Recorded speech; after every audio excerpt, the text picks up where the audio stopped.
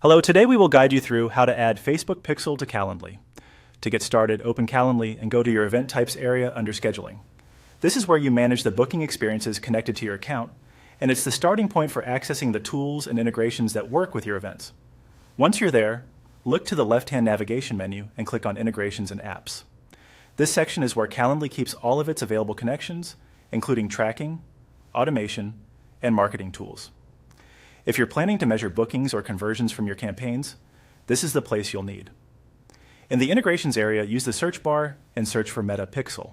This helps narrow down the list quickly, especially if you have a lot of integration options visible on your screen. When the result appears, click on Meta Pixel to open the integration page and view the setup options. Next, click Connect.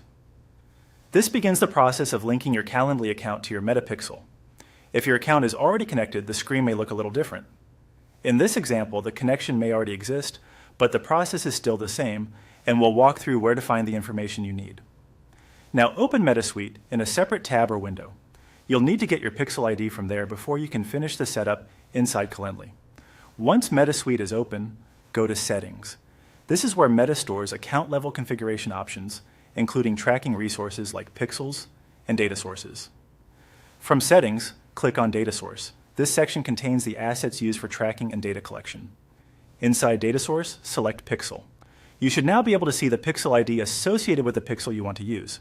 Carefully copy the Pixel ID, then return to Calendly, and paste it into the appropriate field in the Meta Pixel connection setup.